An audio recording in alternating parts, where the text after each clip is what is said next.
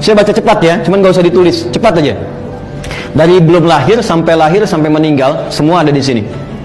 Sebelum kita dilahirkan, masih dalam kandungan ibunda kita, maka ayat tentang kandungan Quran surah ke-22 ayat yang kelima, prosesnya Quran surah ke-23 ayat 11 sampai dengan 13. Kemudian dalam proses kandungan itu sampai melahirkan, doanya Quran surah ke-7 ayat 189. Ketika kelahirannya, prosesnya merasakan bagaimana seorang ibu yang sedang mengandung, Quran sampai melahirkan, Quran surah ke-31 ayat 14 atau Quran surah ke-46 ayat ke-15.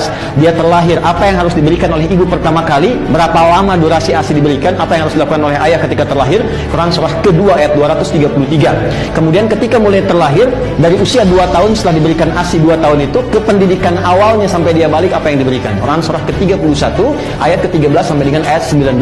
Ketika dia mulai balik, apa yang diberikan? Pertama kali pendidikannya supaya dia mendekatkan diri dengan Allah Subhanahu wa taala. Maka muncul Quran surah ke-58 ayat yang ke-11. Cara belajarnya Quran surah ke-9 ayat 122 yang tadi dibacakan. Dia mulai dewasa, dia mulai menantau, mengenal orang, apa yang harus dioptimalkan? Quran surah ke-49 ayat ke-13. Dia mulai kenal dengan pasangannya. Jangan lama-lama ya, cepat lakukan. Kalau anda memang minat, lakukan, berikan lamarannya. Quran surah ke-4 ayat yang ke-4 terjadi pernikahan, Quran surah ke-30 ayat ke-21. Tapi sebelum menikah, kamu belajar dulu peran suami apa, peran istri apa, supaya nggak belajar di pertengahan jalan. Turun Quran surah ke-4 ayat 34. Jika terjadi perselisihan, hal-hal yang kemudian miskomunikasi, selesaikan. Kalau perlu cari bagian keluarga untuk menyelesaikannya. Quran surah ke-4 ayat 34 sampai 35. Nanti dibagi peran suami ketika mulai dia berjalan akan mulai mencari nafkah. Skemanya bagaimana? Yang standar Quran surah ke-2 ayat 168, yang cepat pakai iman Quran surah ke-2 ayat 172, yang lebih cepat lagi sebelum berangkat sudah disiapkan Quran surah ke-7 ayat ke-96.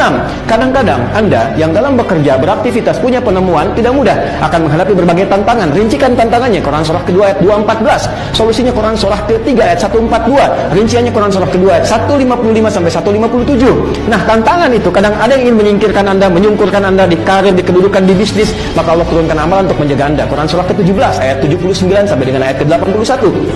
Di titik ini, jangan anggap yang di rumah seorang ibu biasa saja. Perjuangannya kadang-kadang tidak mudah.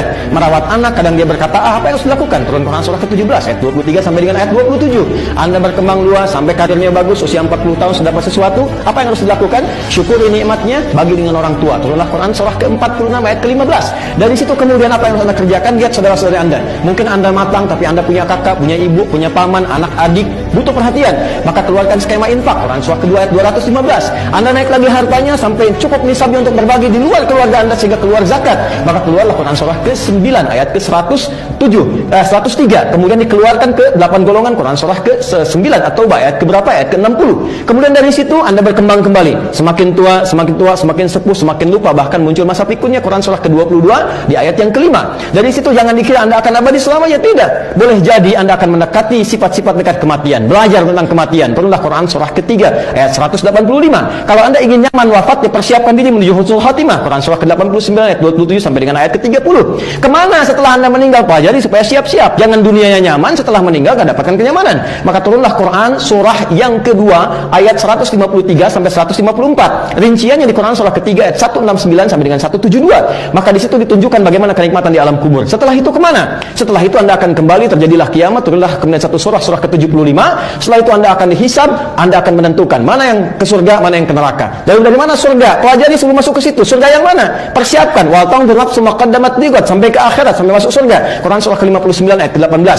Surganya yang mana? Mau yang biasa-biasa? Quran surah ke-2 ayat 25. Mau yang surga Firdaus? Quran surah ke-23 ayat 1 sampai dengan ayat 9. Mau surganya surga Aden sebagai ahli Quran, memuliakan orang tua? Quran surah ke-13 ayat ke-berapa? 23 sampai 24. Rinciannya Quran surah 35 ayat 32 sampai dengan 33. Lalu kemudian anda ingin surganya bersama Nabi, orang-orang soleh, orang jujur, sahabat yang pernah bertugas di bumi. Quran surah ke-4 An-Nisa ayat ke-69.